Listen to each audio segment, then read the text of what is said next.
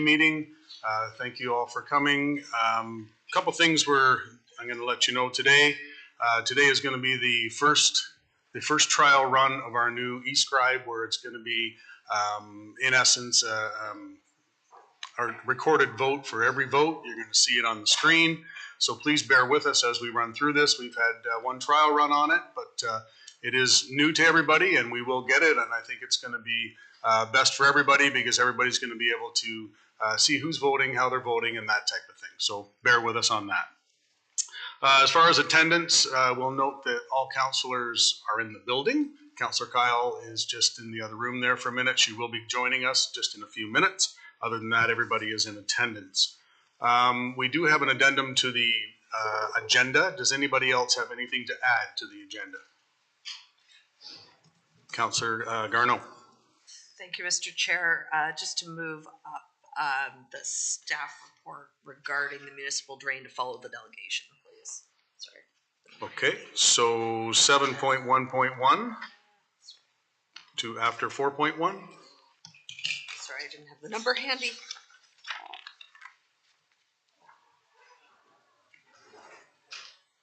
7.1.8. 7.1.8? Yes. Okay. To after 4.1. Yes. Okay. Alrighty. Anything else to add to the agenda? Okay. Can I get a mover and a seconder for the agenda as amended, please? Okay, Starting voting. Okay.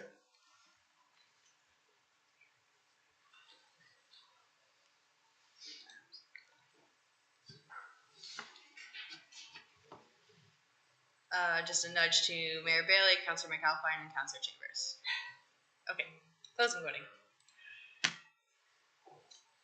Okay. Gary, you just have to put it on the screen, sorry. Okay, so we'll see the vote was 10-0.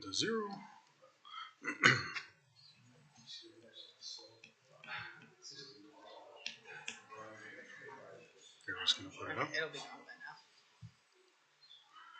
Okay, that was carried 10-0. Okay, and just a quick reminder for committee, as we're going through the agenda, just make sure you're on the appropriate item, because if you're not on the appropriate item, you won't see the option pop up to vote. Okay, so you need to follow through to ensure that you're on the appropriate item that we're discussing, and then you will see the option to vote pop up.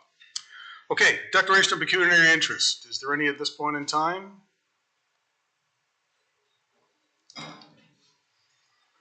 Seeing none, if any arises through the meeting, please let me know. Delegations and petitions. We have a delegation today. Dave Clement. Stay with us. Yes, I am. Can you hear me okay? We can, Dave. Okay. So just a reminder, you've got 10 minutes for your delegation, and if you could just start with your name and address, that would be great. Thank you. Yeah, it's David Clement. I live at 15 Bailey Drive in Paris.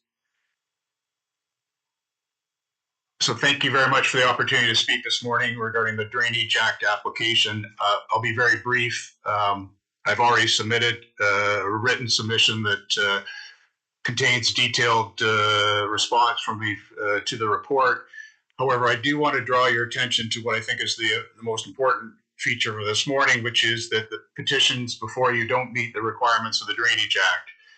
As I pointed out in my submission, Section 5 of the Drainage Act is the applicable section for the council to make a decision, and it starts with the phrase, where a petition in accordance with Section 4 has been filed.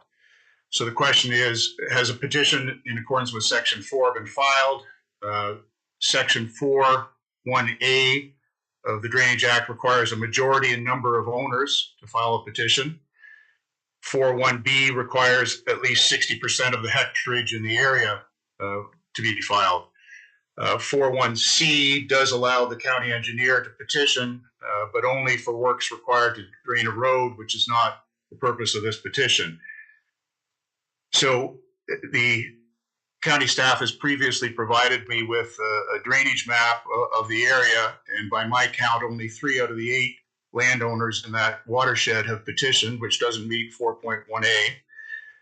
The hectarage that's been submitted is nowhere near the 60% area. And on that basis, I don't see any way that the council can legally consider moving forward with this petition at this point in time. And that's the extent of my submission. Thank you. Okay, thank you for that. Is there any questions from committee?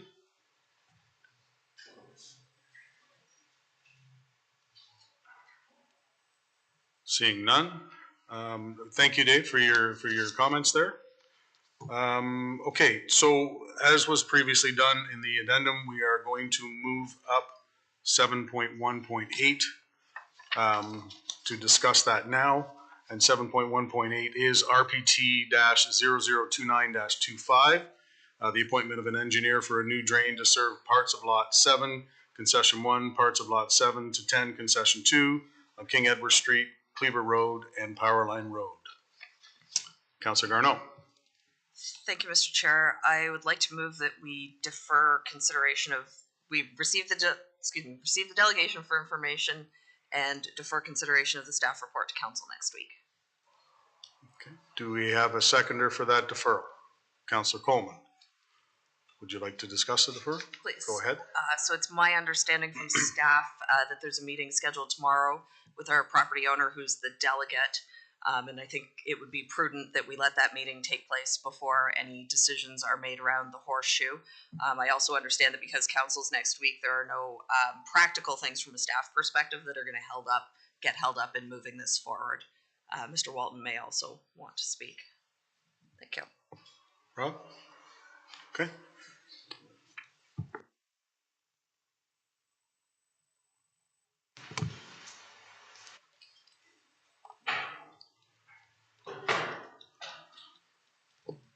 Through the chair of the committee, certainly the points that Councillor Garneau brought up are true. There is no timing issues as to whether or not a decision is made on this project today or whether it happens a week today.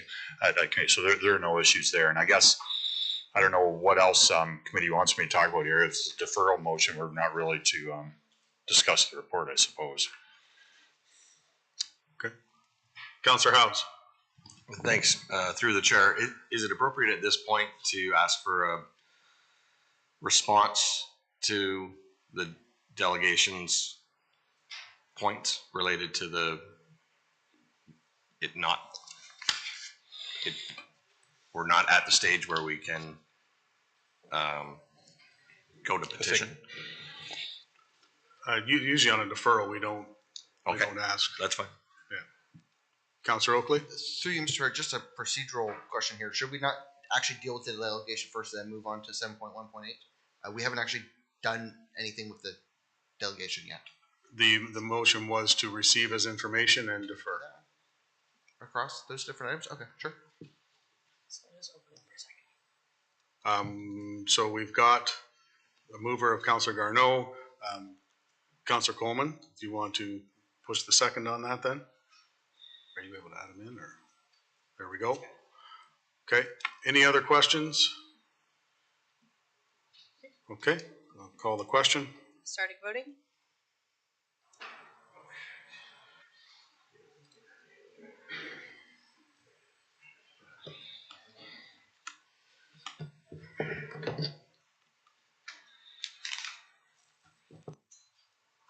Just a nudge to Mayor Bailey. Oh, never mind. Closing voting. And that carries. Thank you. Okay. Okay, thank you for that. Moving on to section 5, the adoption of the previous minutes. Again, just a committee, just ensure you're following along in that section and you'll see things move on. So if I could get a mover and a seconder to receive the committee minutes from February 18th.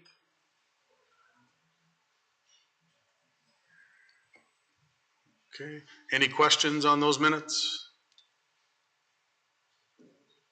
Seeing none, we'll call the vote. Starting voting.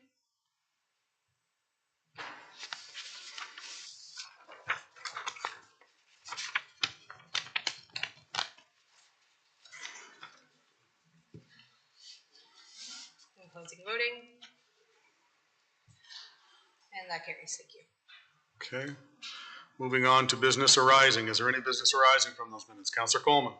Thank you, Mr. Chair, and I asked last month at the last meeting was about the Patterson drain and the route that they were going to have to take for detours. I wonder if county, if staff has seen if they could do anything about that. So I'm just looking for an answer. Joe?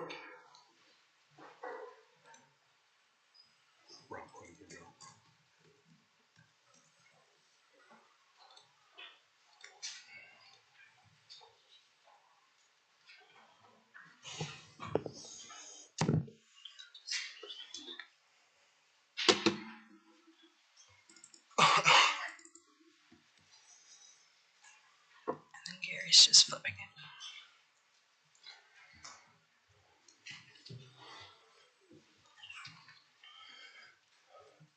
So the existing or the proposed detour is currently Baptist Church Road, Pauline Johnson, Big Creek, and then Brent County Road 22.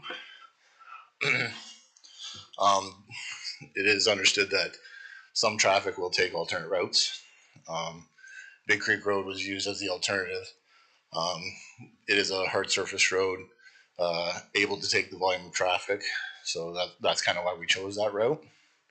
I don't know if there's, I guess I would ask what the concerns are with the detour route, if there are any. I think it was just Councillor Coleman.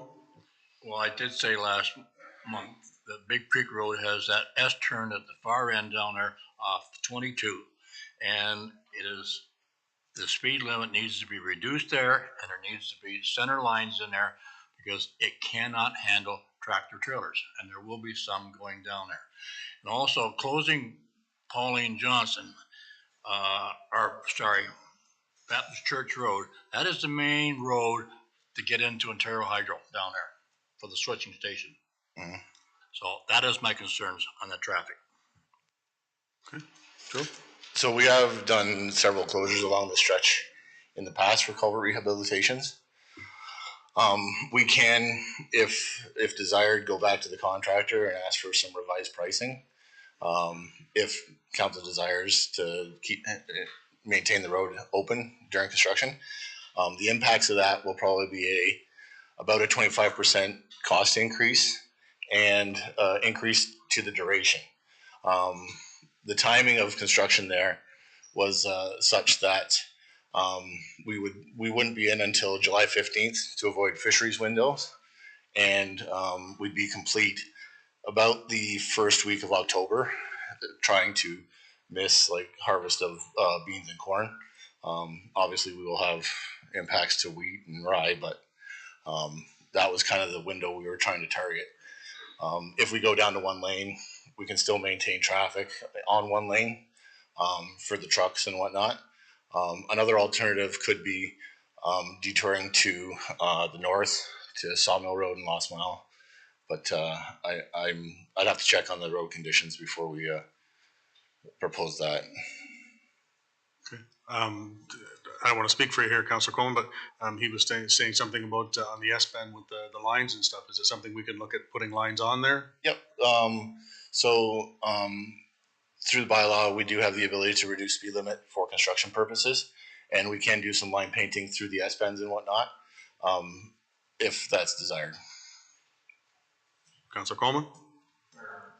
Okay, so you can look into that then, Joe? Yep. Okay. Okay, so you're good then, Councillor Coleman?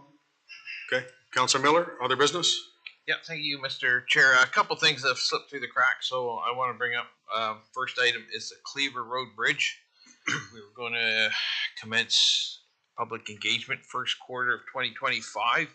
We said that at the October meeting. We're at the end of we are in the end of first quarter 2025. We don't have anything going on as far as I know. Can I get an update on when that will happen so I can relate that back to the people that have asked?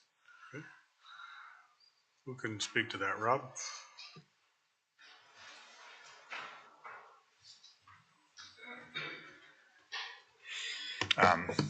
Through the chair to Councillor Miller, you're asking about the consultation on what's going to happen with Cleaver Road Bridge.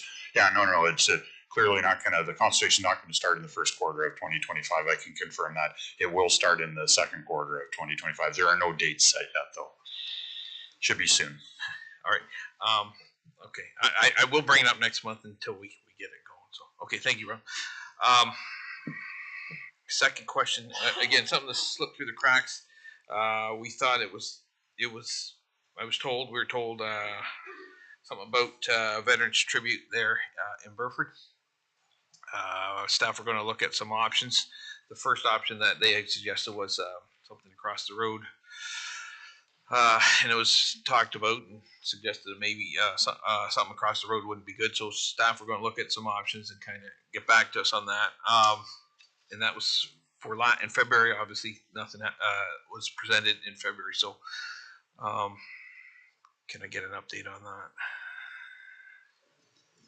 Who can speak to that? Through you, Mr. Chair. I don't believe we have anybody here who can speak to that today, but I can certainly look into it and get a Friday 5 back to you. Okay. Through Mr. Chair to Allison. Do you know? I have an email from them saying what their preferences are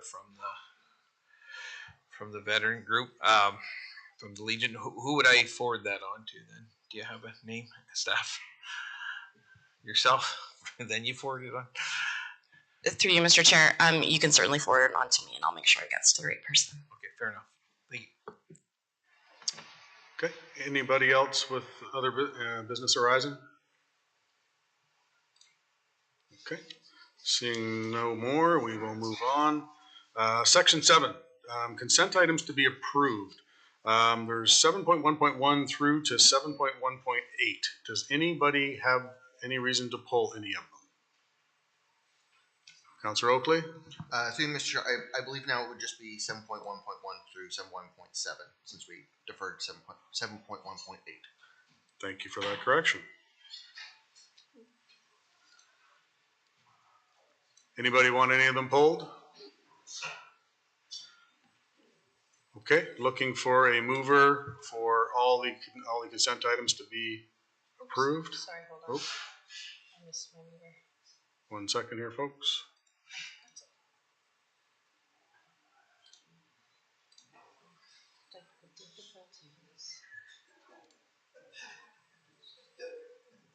Okay, mover, and we just need a seconder. There we go. Okay. Any other question? Councillor Howe's question? Thanks. Through you, Mr. Chair, and just as a comment, within this bundle that we're moving and seconding are some CIP applications, and I just wanted to pass along a message.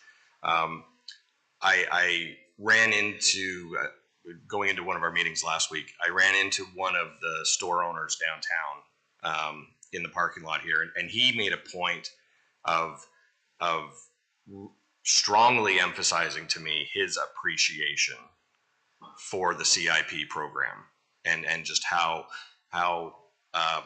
grateful he is that this type of funding is available to assist, especially as we head into some challenging times downtown with the Big Dig. So I just wanted to pass that along to all of council and to all of staff who work on these applications. He was really making a point of saying, you know, this is a very supportive municipality, especially in this regard. So I just wanted to pass that on. Good to know. Thanks for bringing that forward. Okay, so we've got a mover and a seconder to receive 7.1.1 to 7.1.7. We'll call the vote. Starting voting.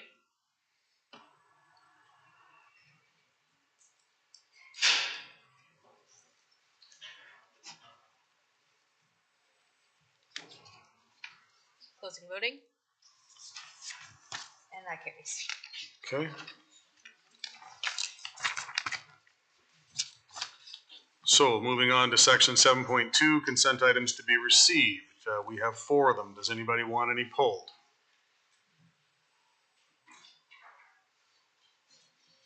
Seeing none, looking for a mover and a seconder for all 4. Councillor House, Councillor Renault. Thank you. We have a mover and a seconder. No further questions. We will call the vote. Starting voting.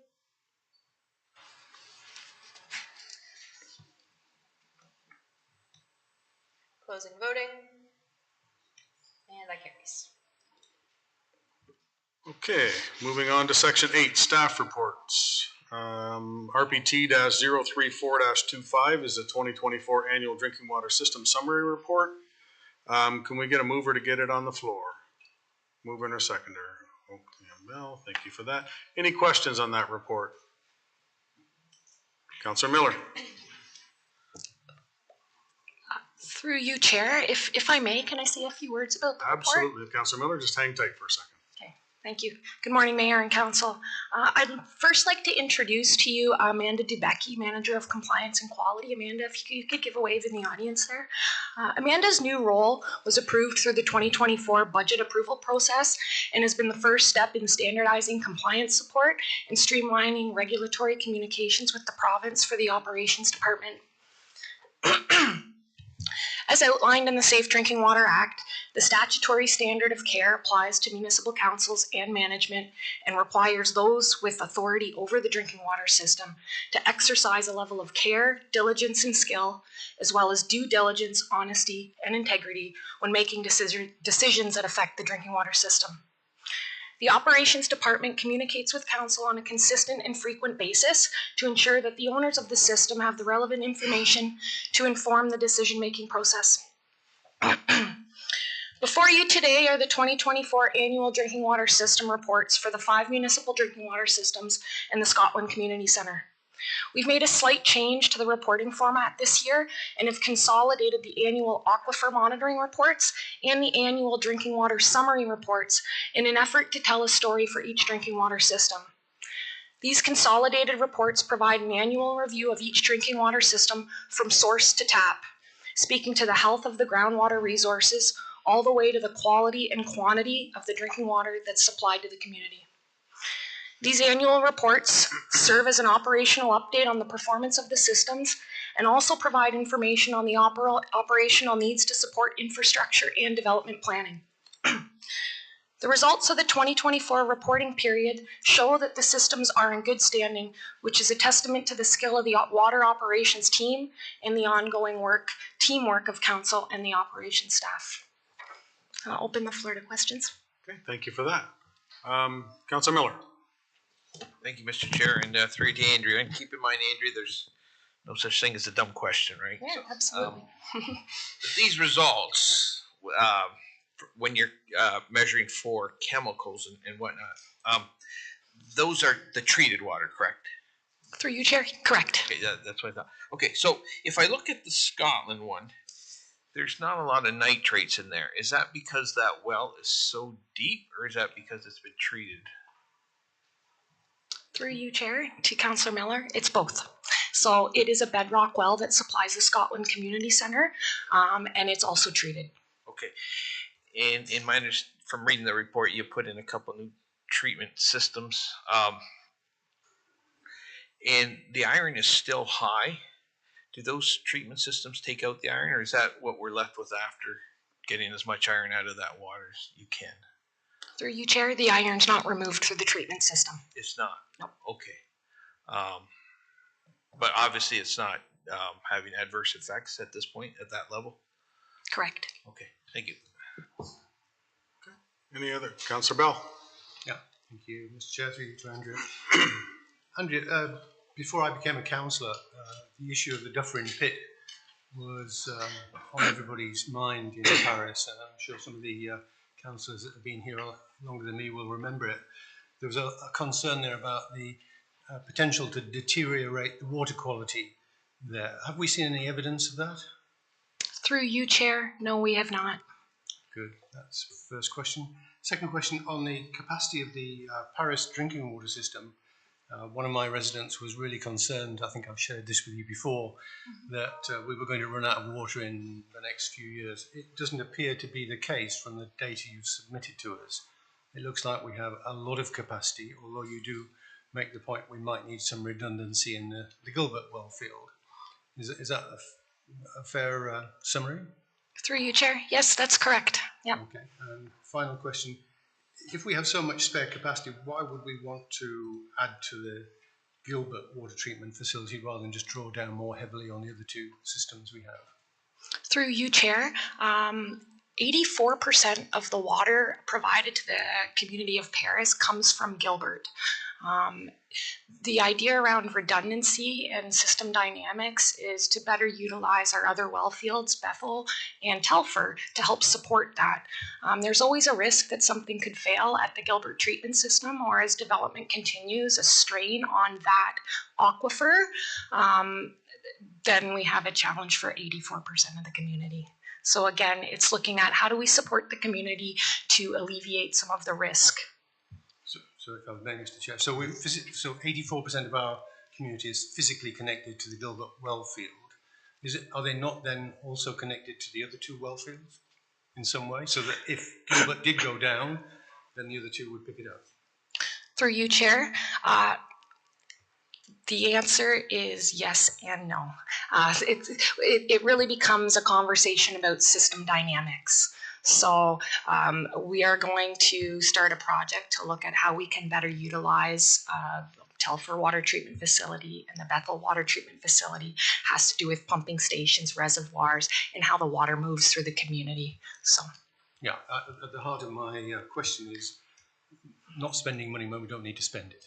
And I think your answer there, if we're looking at using the other two well fields more efficiently, that's good. I appreciate it. Thank you. Thank you. Any other questions on that report? Okay, seeing none, we have a mover and a seconder, so we will call the vote. Starting voting.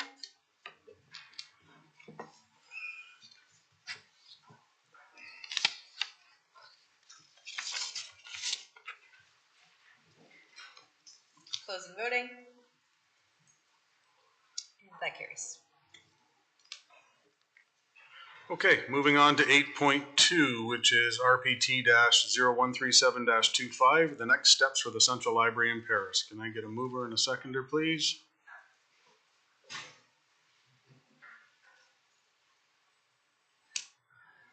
Okay, questions on that report? Councillor Howes, Councillor Bell. Thanks. This question is for Kelly. I'll give her a second to get up to the podium.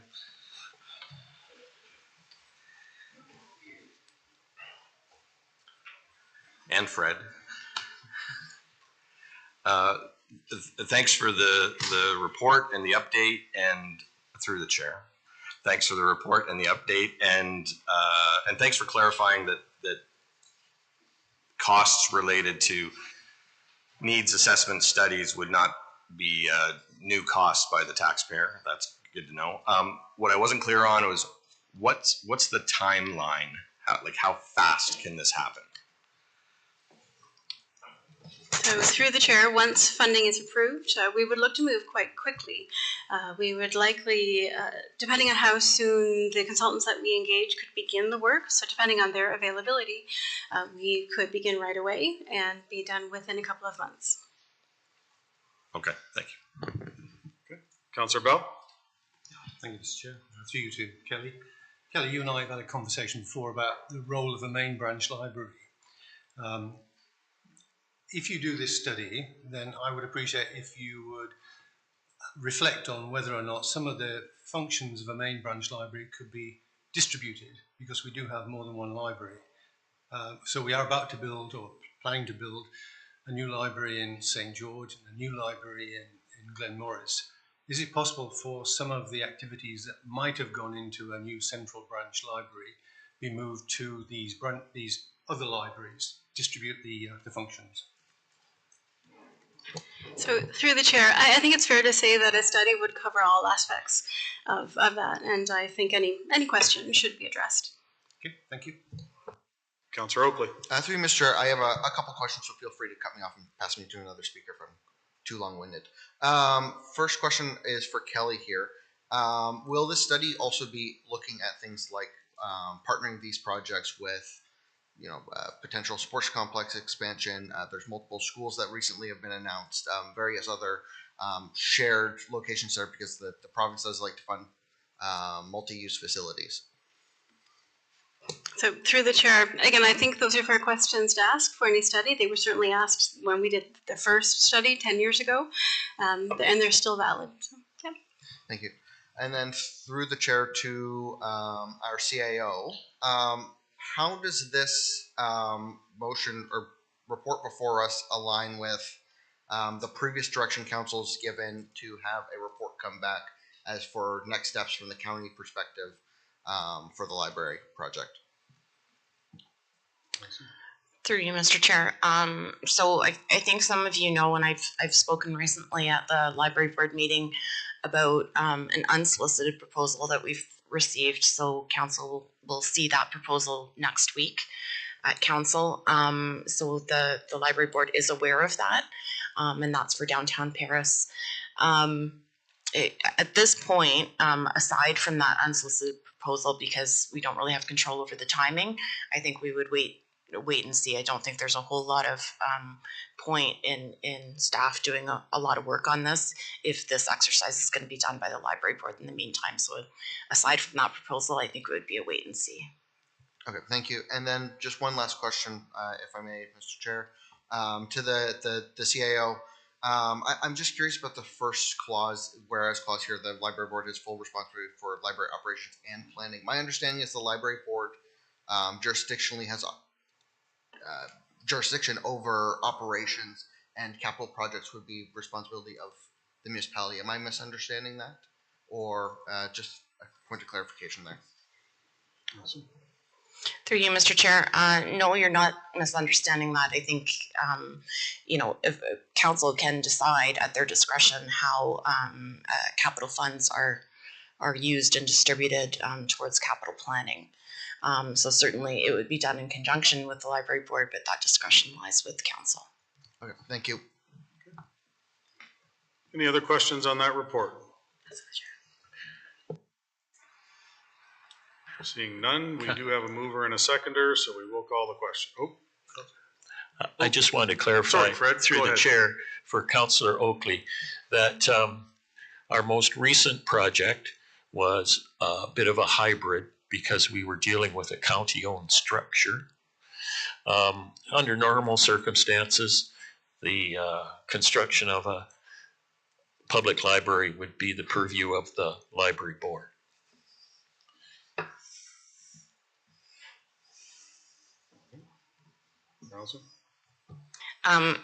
Through you, Mr. Chair. I can't speak to every model that's been done. I think there's maybe some disagreement in the interpretation of the Library Act. I don't know if Heather Boyd wants to jump in here from a legal perspective, but that would certainly be our interpretation. Heather? Yeah, just to clarify, the funding for the library is obviously a council decision, so council would retain the right to fund which projects and which operations that it chooses to fund. Okay. No other questions?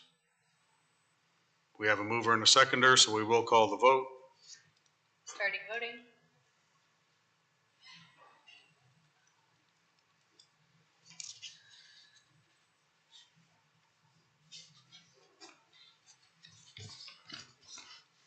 Closing voting. That carries. Thank you. Okay. Okay, on to section 9, committee and report minutes. So 9.1, which is the Accessibility Advisory Committee of February the 24th. Can I get a mover and a seconder?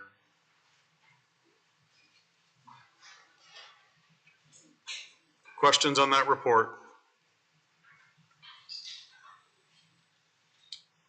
Seeing none, we'll call the question.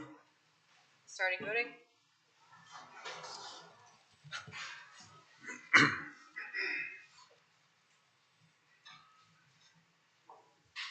Closing voting. And that carries.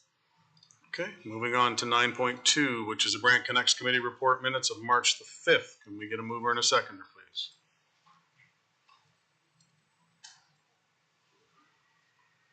Questions on that report? Seeing none, we'll call the vote. Starting voting.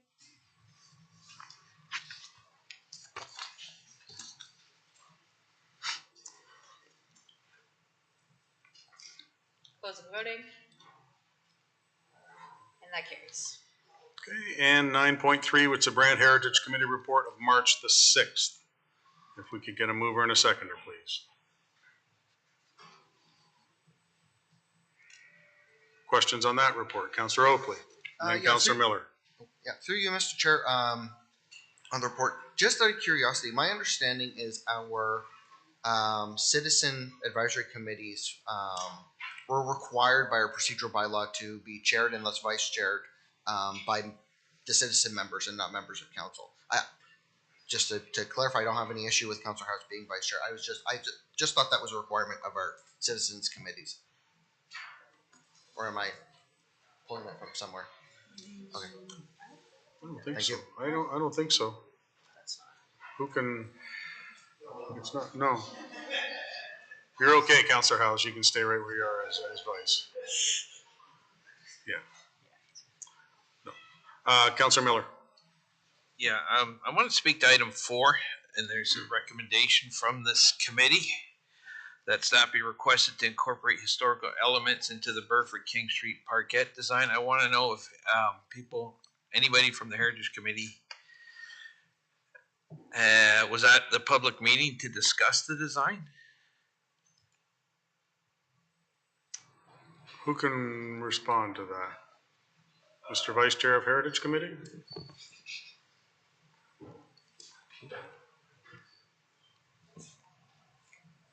Mr. Chair, I will step in too.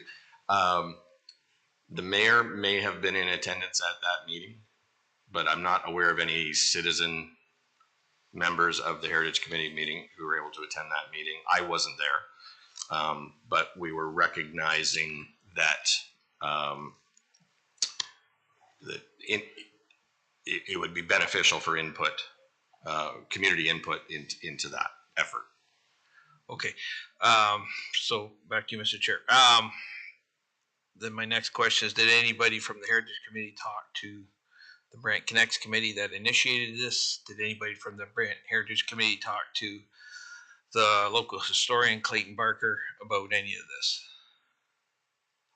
I'm trying to get context as to why this just appeared at a Brant Heritage Committee, and then we're going to try and put it through council to make it official that this be done, when there was all this opportunity to speak to a lot of people that have been working on this for 2 years.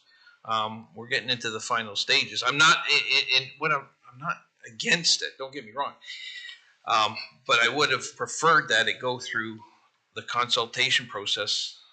So that's my question: is that has anybody talked to any of the, like I say, the Burford Connects or the local historian Clayton Barker on this?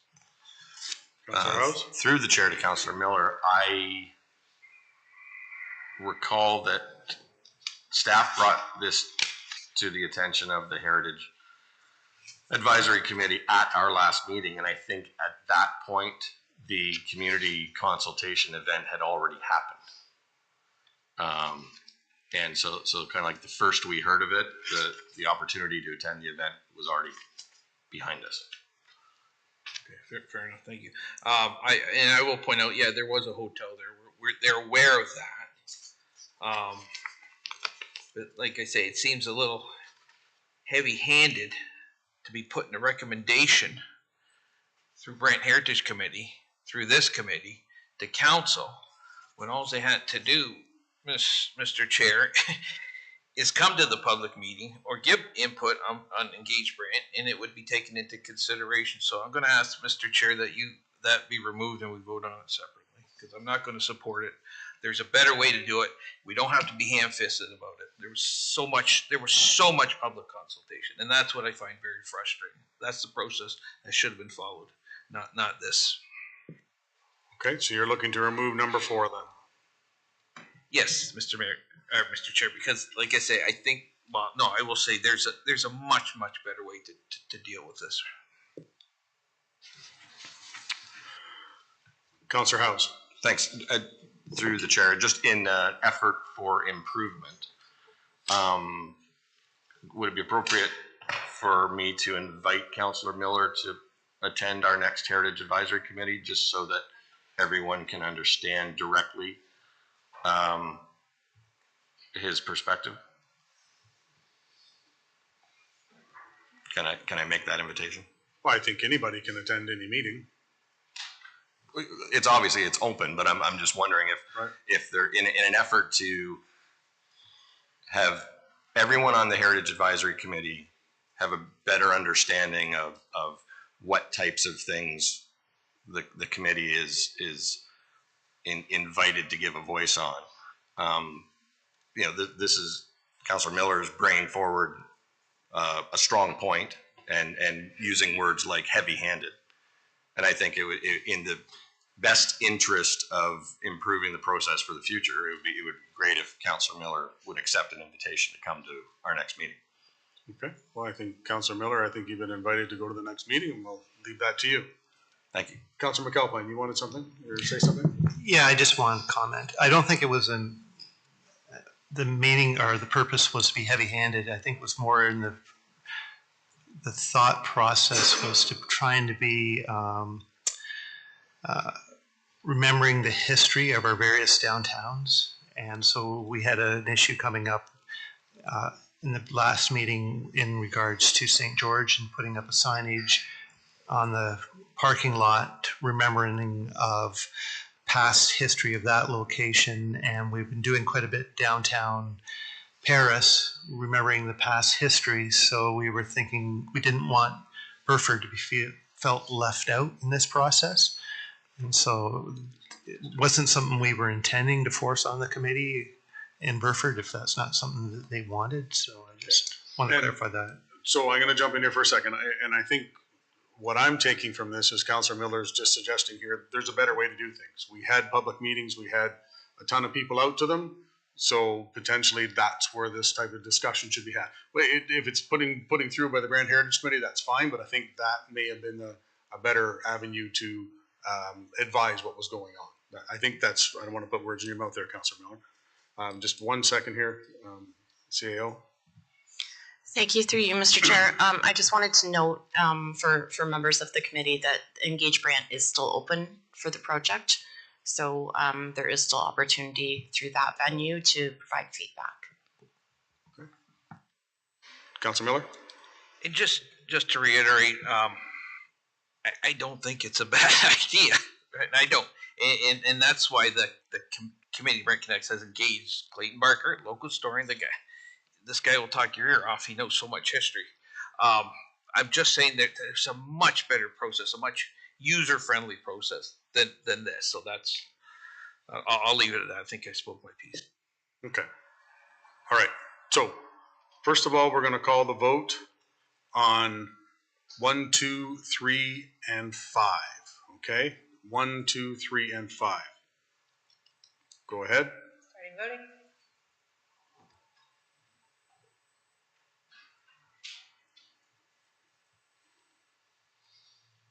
Closing voting. And that carries. Okay. So we've got a mover to pull number 4. We never did get a seconder. Pull number 4. Councilor Coleman, thank you. Oh, Councilor Kyle just jumped in there. She beat you to it, Brian. Sorry. Okay. So this is strictly for number 4. Questions? Councilor Chambers. Just so I'm clear what we're doing, now we're voting on that recommendation. Correct. In that case, Mr. Chairman, rather than vote no, I will vote that recommendation number 4 be referred back to the Heritage Committee. Okay. Seconder, and Councilor Miller will second that. So that number 4 be referred back to the Heritage Committee for further discussion. For further discussion, and that would hopefully clarify some of the issues Councilor Miller has with the process. And I think that I think everybody's all in the same boat, but process being processed, sometimes some things get said or whatever. So just refer it back, let them sort it out. Everybody thinks it's a great idea, and then something will come back that they support it or whatever, and that'll make everybody happy. Okay. Thank you for that. So everybody's clear on what we're doing here, right? For number 4 only. The mover and secondary are still good. Okay. So we will call the vote. Starting voting.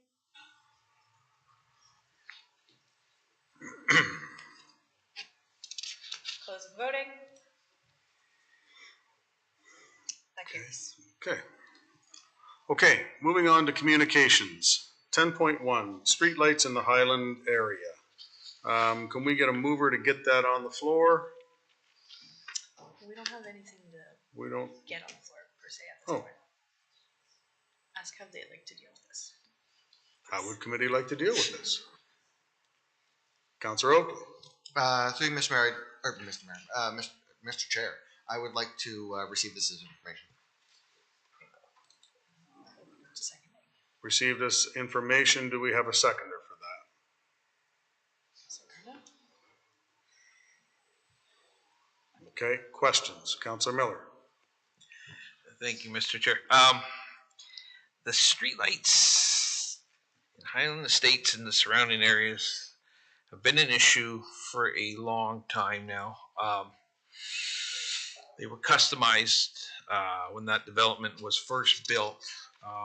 Obviously, things need to be replaced once in a while. They were at that stage. It gets a little bit pricey to be digging up the streets to put in electric streetlights. So they went with the solar. It was not as an expensive an option. Solar in Canada works great for about 9 months of the year. In the winter time, we obviously have a lot less sun, so they have a lot less time to charge up. The lights are very dim for 3 months, 4 months of the year. If, as we had this past winter, you get snow sitting on some of those collectors, they don't work at all. So the whole group is very, very frustrated with this. So what I would like to do, and maybe we could have been Councillor Oakley's motion to receive, but that'll be up to him if it's a friendly amendment or not. And we could maybe refer it to staff for some options on what we could do. We know that there's a price tag for putting in new lights. But I don't know if we could do it in stages. I don't know if we could do it as part of another project. I do know that the lights they have now are not working well. I know these people pay very good property taxes, and I think they deserve a lot better from us. So I'll put that on the, maybe it's a friendly amendment, maybe it's not. So, Councillor Oakley, are you good with receive and refer to staff for options? Through Mr. Chair, yes. Councillor Garneau is a seconder. You're good? I would say it's friendly, Councillor Miller. So, any other questions or comments on that? So the motion is now to receive the communication and refer to staff for options. Okay, we'll call the vote. Starting voting.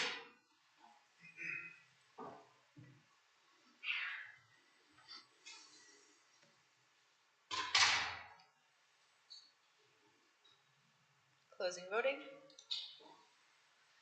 That carries. Okay, 10.2. We do not have a motion on the floor as yet. How would committee like to handle this one from Easy Ride Taxi? Councillor Miller. This one, I think this should be referred back to bylaw enforcement, and just maybe they can get a report next month on what the actual rules are around this, why the rules are, and if there's a possibility to change that. Okay, so receive and forward to bylaw for further investigation. Seconder?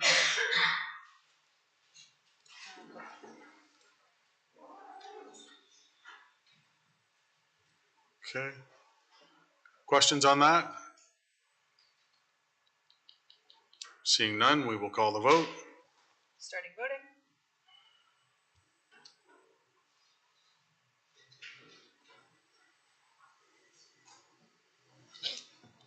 Closing voting.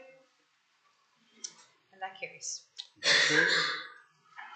Okay, moving on to other business. Nobody noted that they had any other business. Does anybody have any at this point?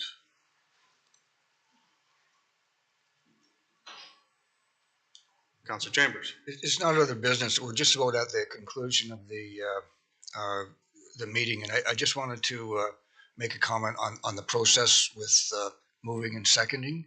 It's not that I don't want to move and second it, but I'm a little bit more methodical, and so it looks like for the rest of history, I'm not going to be able to move and second motions because I'm not quick enough. So it's not that I don't want to. It's just that by the time I read it, it's off my screen. So I don't know whether that's something that can be rectified, but I would at least like to read the motion before it's moved and seconded so everyone has a chance to at least have the opportunity to move and second if they so wish. But maybe that's just because I'm slow and methodical.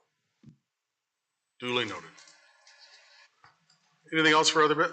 Mayor Bailey. Through you, Mr. Chair, I would suggest it's going to be exactly the same for myself.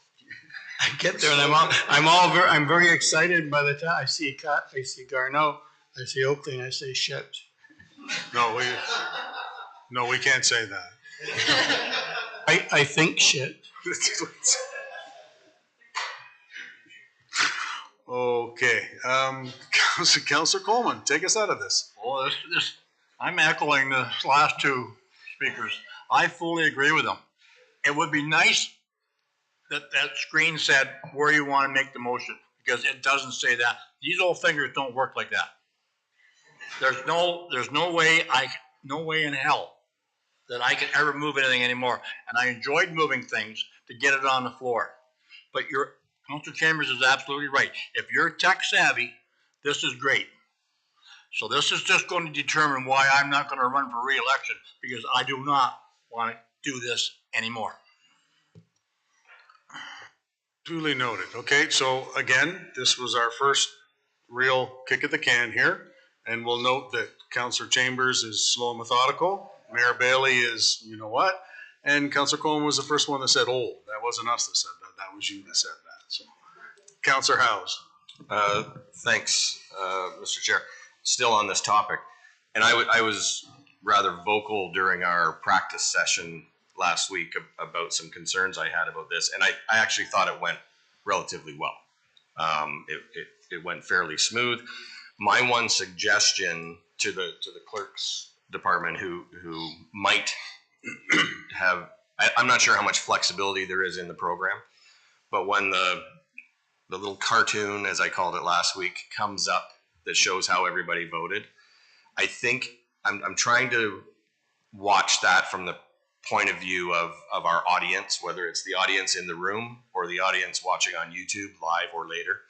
And I think it would help a lot if the little symbols were in order with the names in the right order around the horseshoe, and if the horseshoe went the other way on the screen.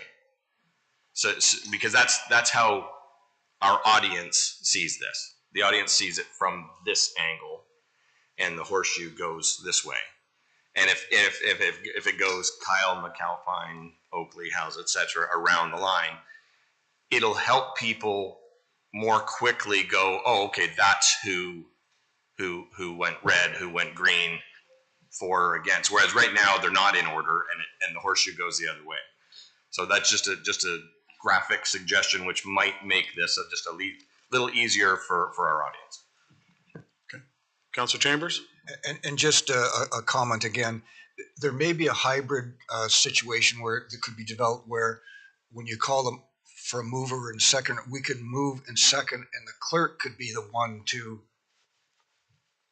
drop in the names on the thing, and then that would make it a lot easier and maybe make it a little bit more understandable for the slow methodical guys. No, these are good conversation here on this. Councillor Garneau. Thank you, Mr. Chair. And to continue the conversation, I think perhaps some of what my colleagues are observing too is that at times there's resolutions that come forward where, for more, I would say, ceremonial reasons, the ward councillors are acknowledged as the movers and seconders. And I think the current system might challenge that at times. It's more of a courtesy, I think, than a procedure, but perhaps that bears some reflection too as we move forward. That's another good call. Mayor Bailey. Yeah, through the chair. Last week when we had this discussion, I was very concerned that I wouldn't get it and I wouldn't know how to vote and all that. Well, that's not the case. It's very easy to vote, just like I was told. It's very easy to vote. But I did think today's meeting showed that there wasn't nearly as much discussion as we're used to. We were so focused on voting and trying to find a seconder and trying to figure out who could do this and who could do that. I thought we lacked on discussion and digging deep into some of the things on the agenda just because we were ready to go to the next thing. So I did think this meeting lacked a little bit other than just voting. Voting was very simple, just like the clerk said it would be. So, but I do think the discussion is being compromised. Okay, good conversation. And, you know, as been noted here, definitely all good suggestions and stuff like that. But this was, like I say, this was our first kick of the can. I think so far it went pretty good. Anybody else? Okay. Well, I appreciate those comments, and I'm sure the clerks do as well. And we'll definitely go forward and see what we can do with these. Okay. So moving on, number 12. So in camera, if we can get a mover and a seconder to go in camera. And they are going to be, so the Administration and Operations Committee convene in camera to discuss RPT-0123.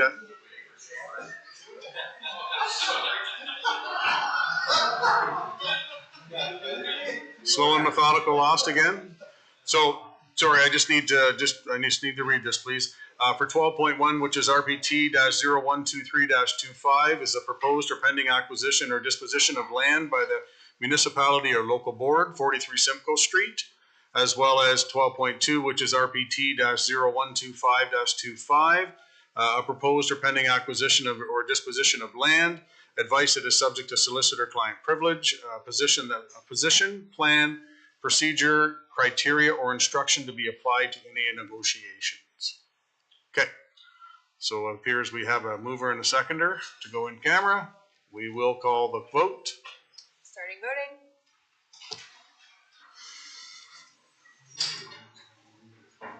Closing voting. And that carries. Okay, we are going to take 2 minutes. 2 minutes to clear the room, and then we're going to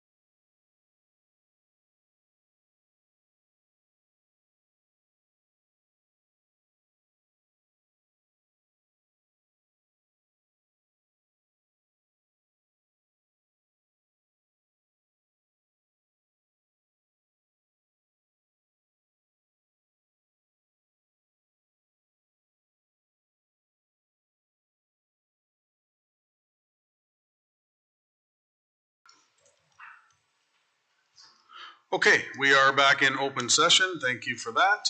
I do not see anything else on the agenda for today. Again, I just want to thank everybody for their patience today as we traversed through our first official run of the eScribe with the online voting. There was a couple little hiccups, but we'll get through them as we go, and thank you. So I'll move for adjournment. Councillor Chambers. Have a great